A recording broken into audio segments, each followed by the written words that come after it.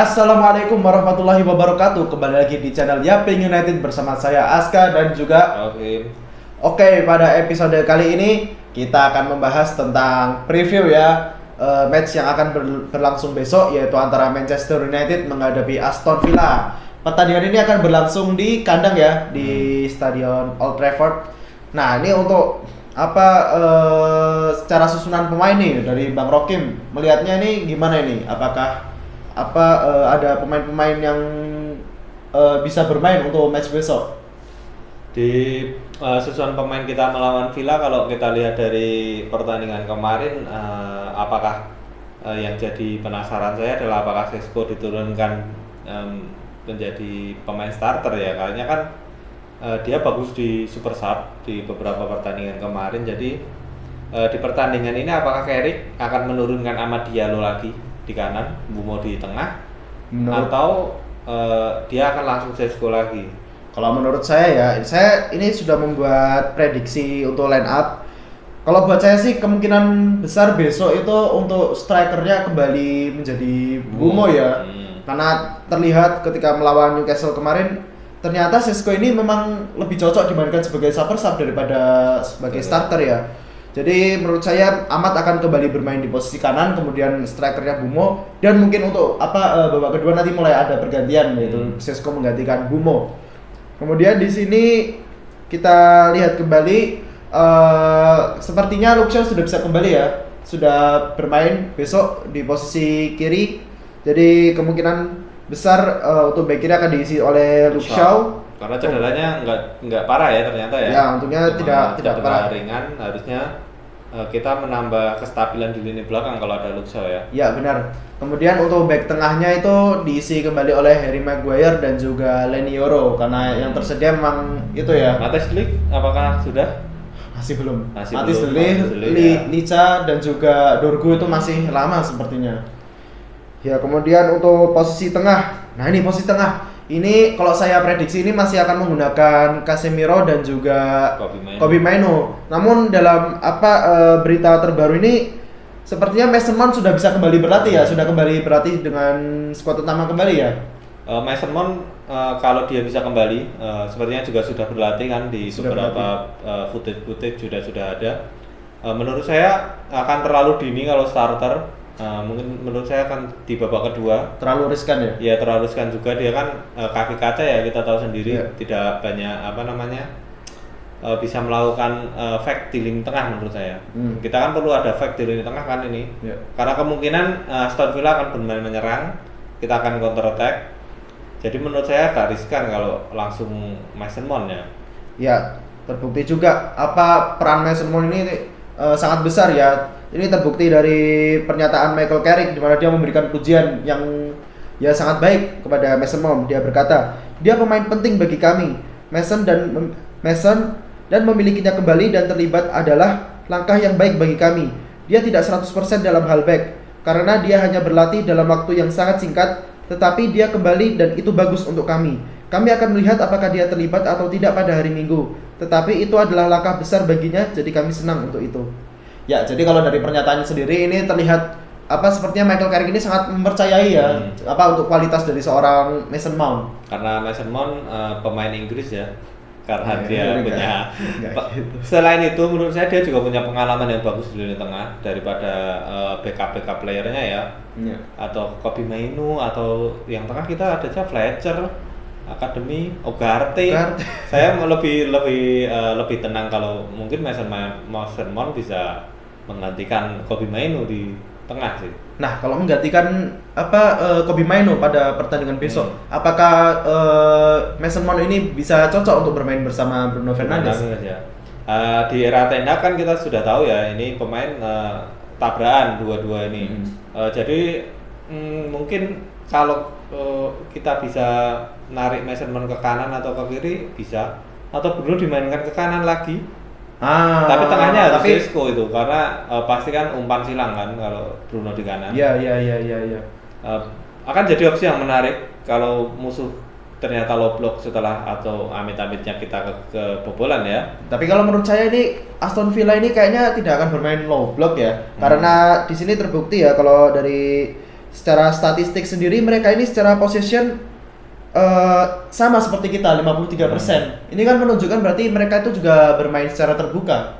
Ya karena mereka punya gelandang-gelandang yang bagus, pemain tengah yang bagus. Ada Jadon Sancho juga kan di sana, walaupun nggak bagus ya. Oh benar. Kalau Jadon Sancho ini sepertinya lagi kena suspend, jadi tidak tidak ikut bermain. Kemarin di Champions League ya Jadon Sancho. Ya. Jadi mereka punya Morgan Rogers juga, ya, yang bagus. Jadi kalau low block, kalau mereka sudah cukup menyerang, sudah cukup poin, kita harus nyari poin, mungkin bisa.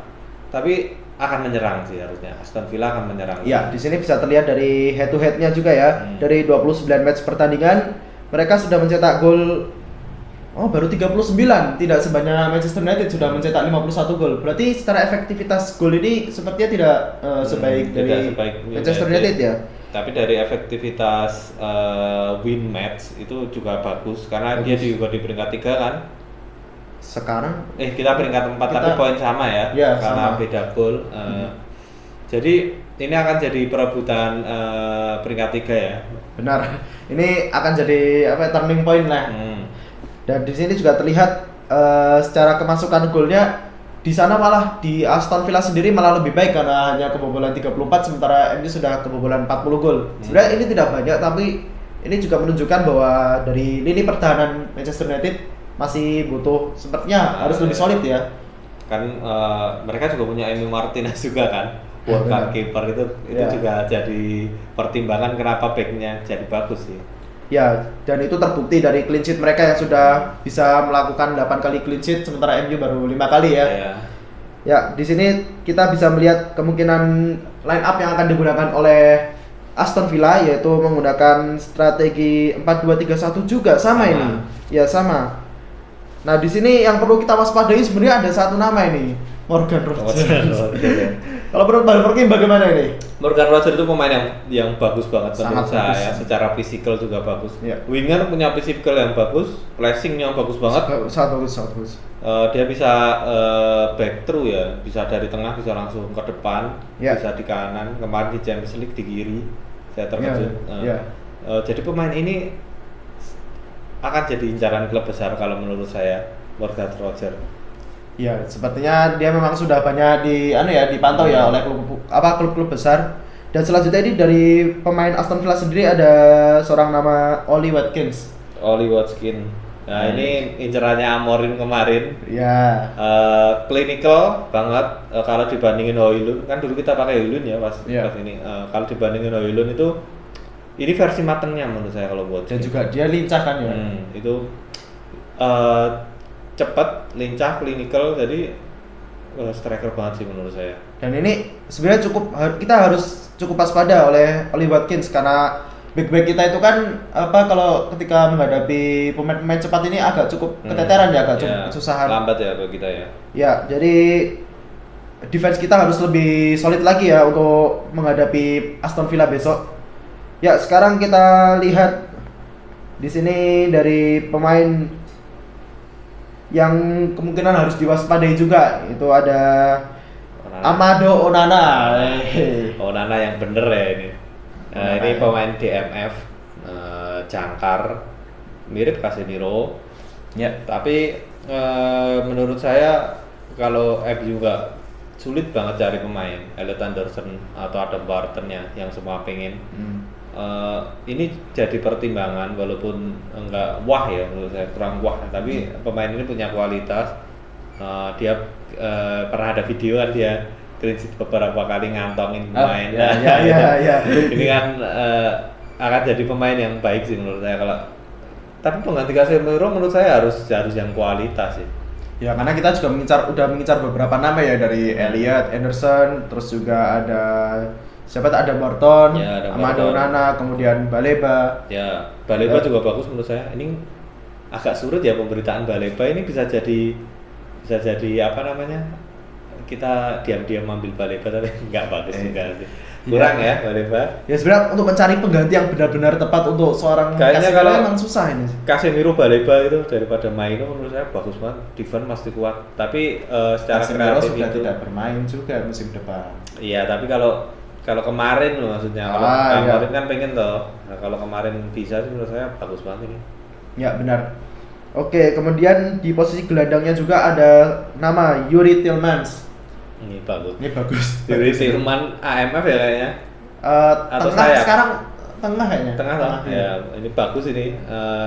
Secara kreativitas ya bagus. Shoot luar kotaknya yang Iya. kerap masuk. Nah, menurut saya menjadi waspada untuk Casemiro sih menurut saya. Ya benar. Kita harus mewaspadai. Sebenarnya ini banyak pemain bagus kalau kita lihat Aston Villa ini banyak Ya. pemain bagus. Pelatihnya juga bagus. Pelatihnya, kok. ya, Pelatih Mary. menurut saya juga bagus kok. Ya ya. Ini pemain emang ini tim memang cocoknya emang peringkat 3. Tapi secara konsistensi kan kita nggak tahu ya. Kemarin mereka kalah 2 kali. Ya. Itu terbukti nggak konsisten kan. Mungkin karena ada jadwal-jadwal yang padat juga ya. Jadi mereka akan diuji secara konsistensi. Kalau kita kan diujinya nggak diuji karena kita cuma main satu kompetisi Iya, kan. Iya benar.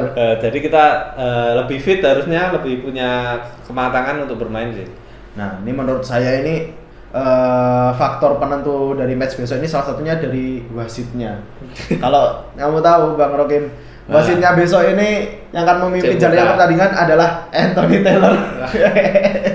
Beberapa kali merugikan kita ya Anthony Taylor ya. Ya. Tapi kan itu juga menguntungkan kita kadang. Jadi kita lihat besok ini gimana ini apa dari wasitnya sendiri. Oke, sekarang kita lihat dari beberapa pertandingan terakhir yang kita jalankan ketika menghadapi Aston Villa. Nah, di sini terlihat kita dari 5 pertandingan terakhir kita menangnya sudah 3 kali justru. Dan Di kandang kayaknya kita menang terus harusnya. Kalau di kandang loh. Harusnya kita baik Iya, kalau di iya. kandang, tapi kalau secara keseluruhan memang ya lebih oke lah kita ya. Ya, jadi ini bisa menjadi poin plus ya untuk bisa mendapatkan hasil yang positif besok.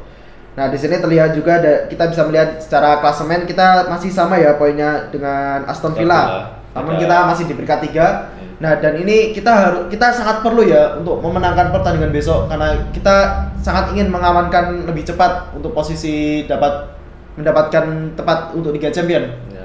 Untuk pertandingan besok menurut saya nggak terlalu khawatir. Kayak kita tahu sendiri Manchester United ketika menghadapi tim besar akan main bagus ya. Ya. Nah, saya yang khawatir habis ini sih. Mereka akan melawan Leeds United. Jadi kalau kita tahu United kalau lawan tim kayak gini pasti mengecewakan. Jadi kita kalau Aston Villa ini harusnya pemain punya fire up yang bagus. Nyala semua harusnya karena pertandingan besar kan. Ya. Seperti pertandingan sebelumnya kita pertandingan besar pasti menyala. Ya. Ini akan jadi modal yang baik kalau kita bisa mengamankan posisi 3 sih. Ya benar, ini ibaratkan kata kayak apa ya, seperti Big Six kita gaskan, tim papan bawah kita ampun bang. Tiba-tiba Ada lah. tiba-tiba perumpamaan. Baik. Kaget banget. Sekarang untuk apa prediksi skor sendiri dari Bang Rokim berapa nih untuk match besok? 1-0. Menang kan ya harus ya? Menang lah. Aduh, sulit sih. Harus kayaknya kita kebobolan 2-1 aja 2-1 deh. lagi. 2-1 lagi. Kemarin kayaknya juga sempat prediksi 2-1 tapi hasilnya malah kalahin apa ya? Ya kalau dari saya sendiri sih 3-0. 4-0. 6-0. 3-1. Kalah. Menang. 3-1 boleh, 3-1 masih ada kemungkinan. Ya, dan saya juga bisa memperkirakan ini kemungkinan besar Bryan Mbeumo maupun Sesko bisa berkontribusi lagi nih. Ya. Karena sudah kembali bermain jika sudah kembali dimainkan seperti semula, kemungkinan besar Mbeumo akan bermain lebih baik dibandingkan match sebelumnya. Ya. Ya, jadi begitu untuk episode kali ini. Kita akan bertemu pada episode selanjutnya. Wassalamualaikum warahmatullahi wabarakatuh. Bye bye.